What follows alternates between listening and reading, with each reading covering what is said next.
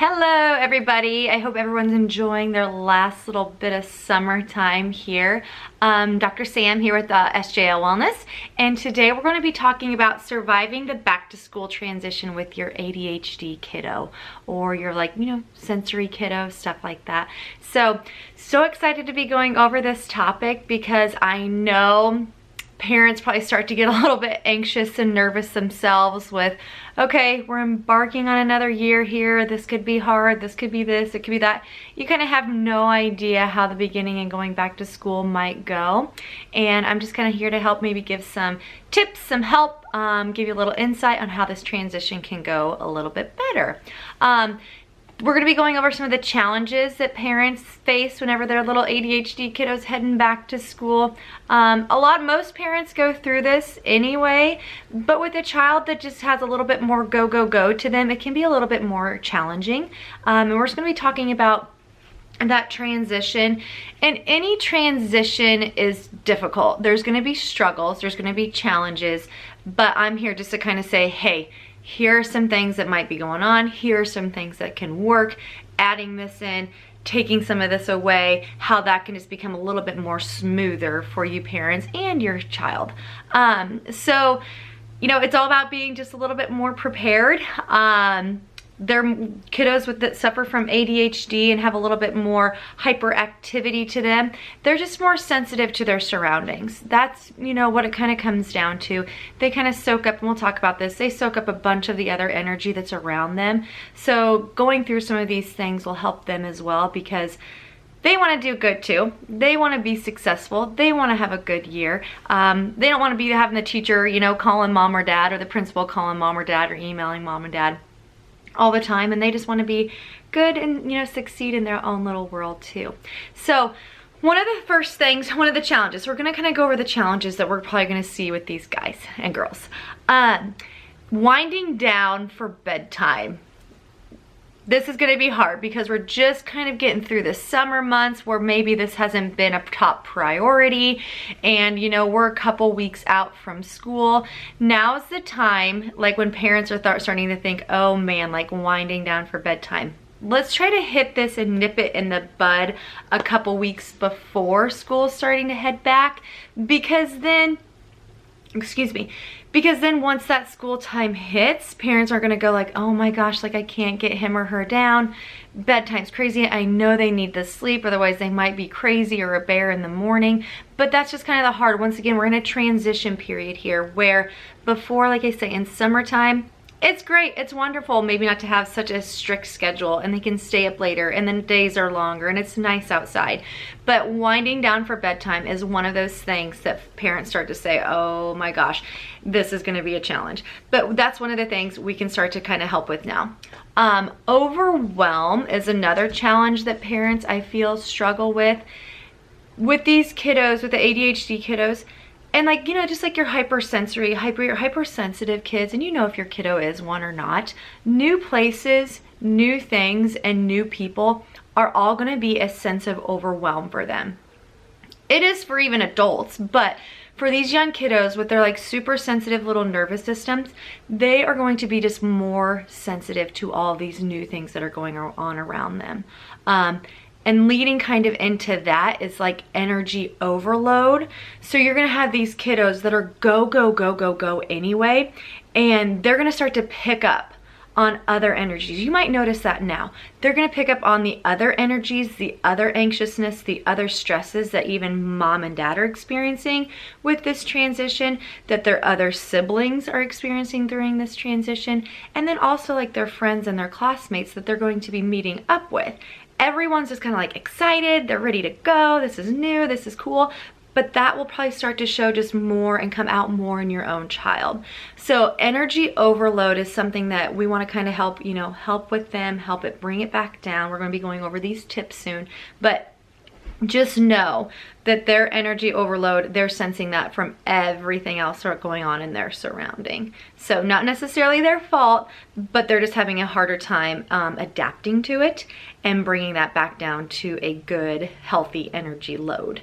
Behavioral issues is another thing that we'll start to see, unknown outburst. But with an ADHD kiddo, their inside is so ramped up, and that's how they blow off their steam.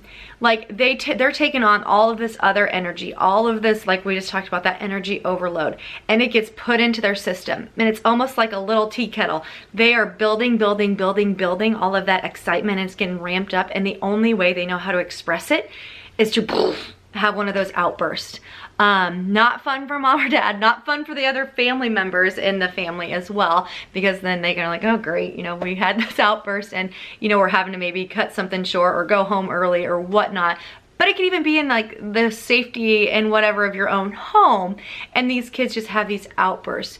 Just know, like, the energy that they're feeling on the inside, what's going on the outside, they're feeling that on the inside, and it's even heightened.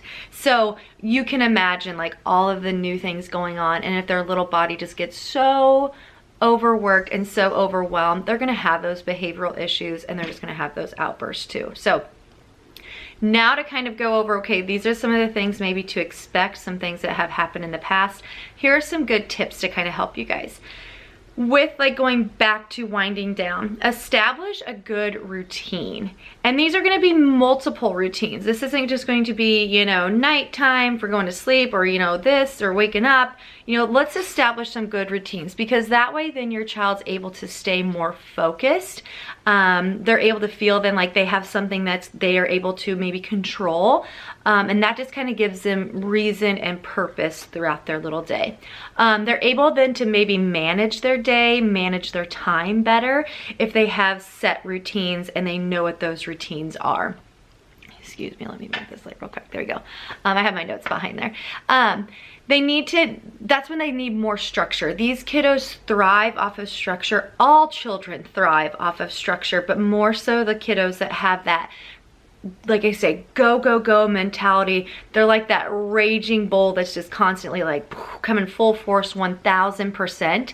And they need their atmosphere on the outside to help manage their atmosphere on the inside, on what's going on the inside of their body. Because once again, we've talked about in other webinars how these kiddos are like ADHD, like their energy on the inside is so much. It's almost like you have the gas pedal of a Ferrari going and they have bicycle brakes. Like these kids are go, go, go, full throttle ahead, ramped up, RPMs are going. It's like if we can help the outside environment for them, that'll help control like the inside environment that's going on within their body. So then that way it's more like a quieting. We'll get into the next thing, like quieting and calming the noise, but that's tip number 2, which we'll get to. But on the routines here and how this can help them, setting up a night routine, you know, setting up, this is a time like this time of night, this is when we start to wind down. We're going to go, you know, brush our teeth. We might read a little bit of a book. We might, you know, and we're going to talk about later on at the end here, little get together we're going to be having towards, you know, the end of the month here. Just some of those calming activities. So whenever it's time to wind down and to go to bed, they know, like, bam, this is when I go to bed, this is when I brush my teeth, this is when I'm going to maybe read a book, this is when I'm going to maybe do my breathing exercises. It just helps. And then also on that note, another good thing, setting up a nightly routine that makes your morning routine easier. So setting out their clothing the night before. So like whenever they wake up in the morning, they know what they're going to be putting on. Even if they want to think about what they want for breakfast, that's a good thing to plan for too. They kind of get excited. I get excited for my coffee every morning and what I'm going to have for breakfast. So that's maybe I'm one of these kiddos too. But like setting out those things in the evening to help set up for success in the morning. Like routines always are just helping that little kiddo set up for success.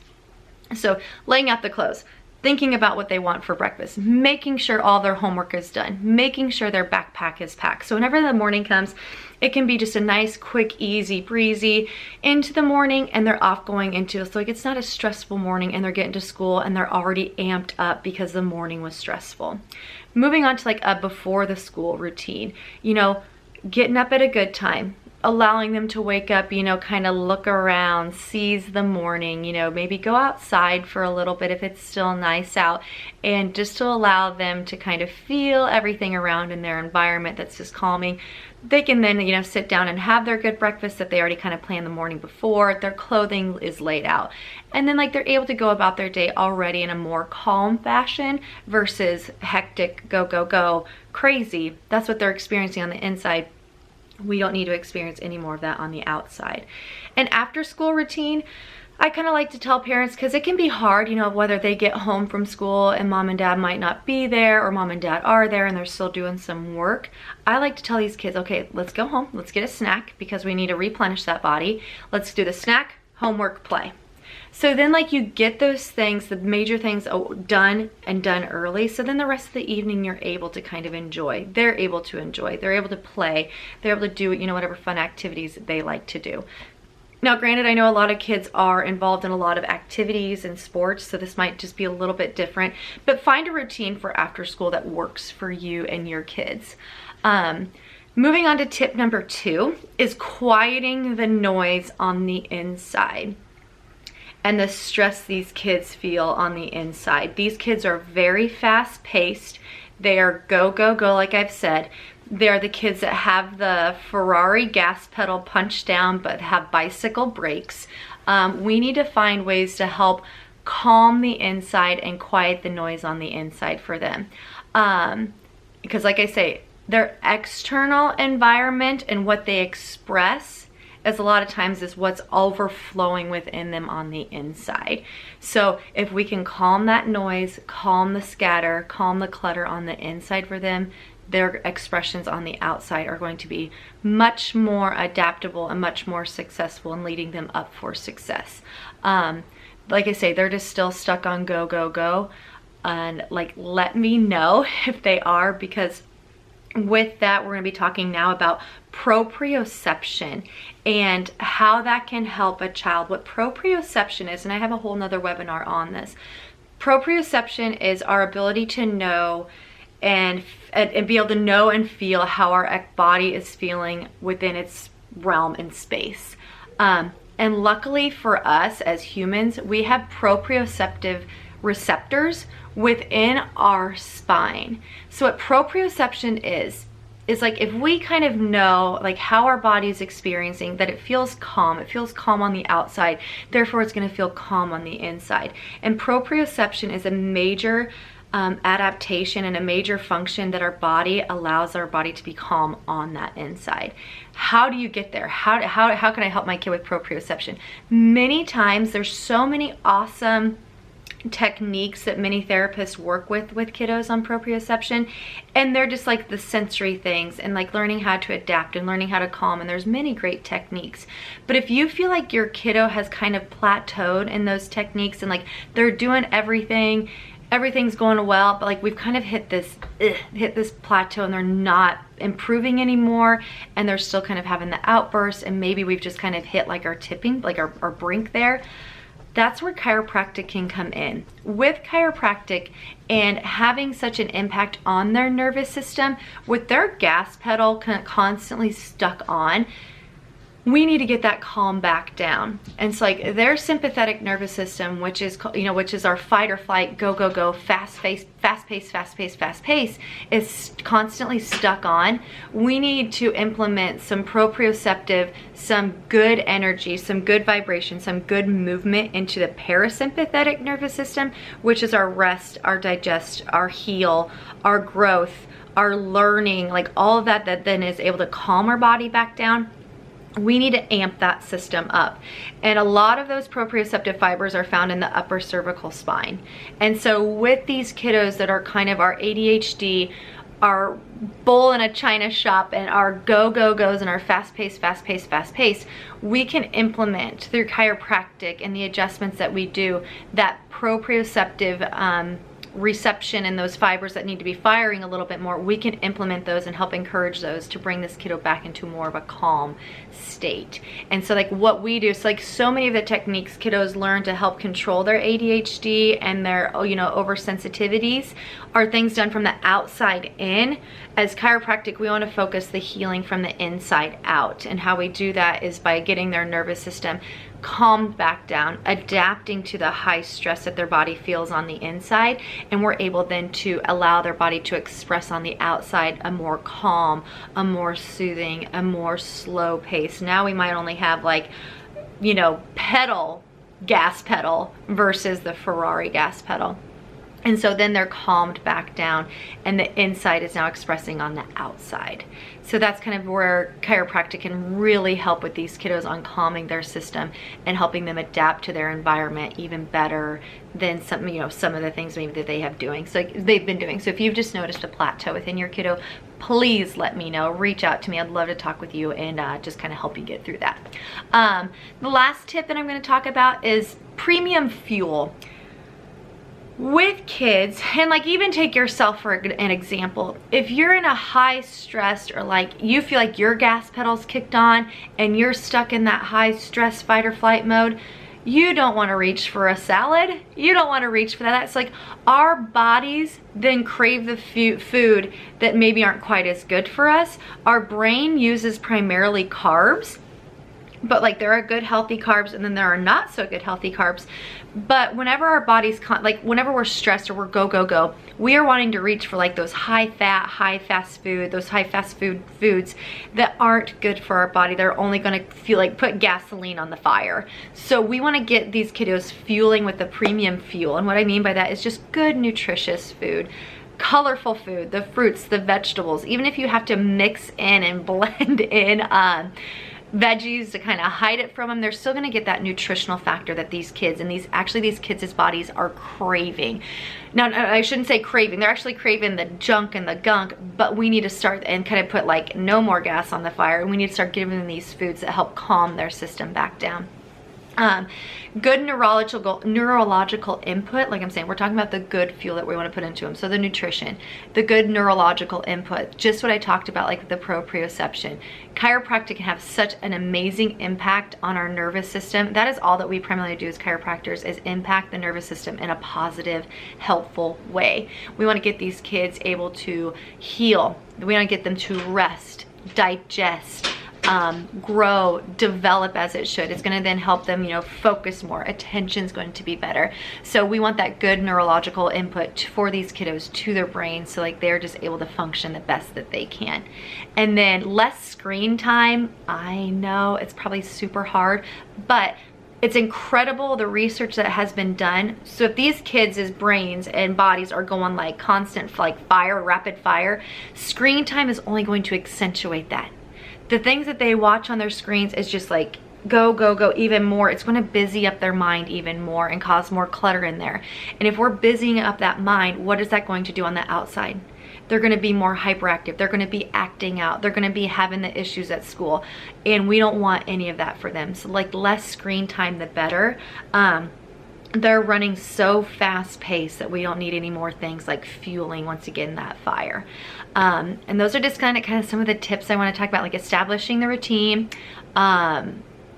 quieting the noise on the inside, and giving them the proper fuel that their body needs. And with that, kind of going into this, these kids deserve to thrive and not just survive. So many parents that I've talked to, they're like, oh, we're just hoping we can survive this next school year. How heavy of a heart does that give you? You know, that just gives me a heavy heart thinking, oh, they just want to survive. And like, we haven't even started day one of school, or maybe we're a few weeks in and they just want to survive the rest of the year.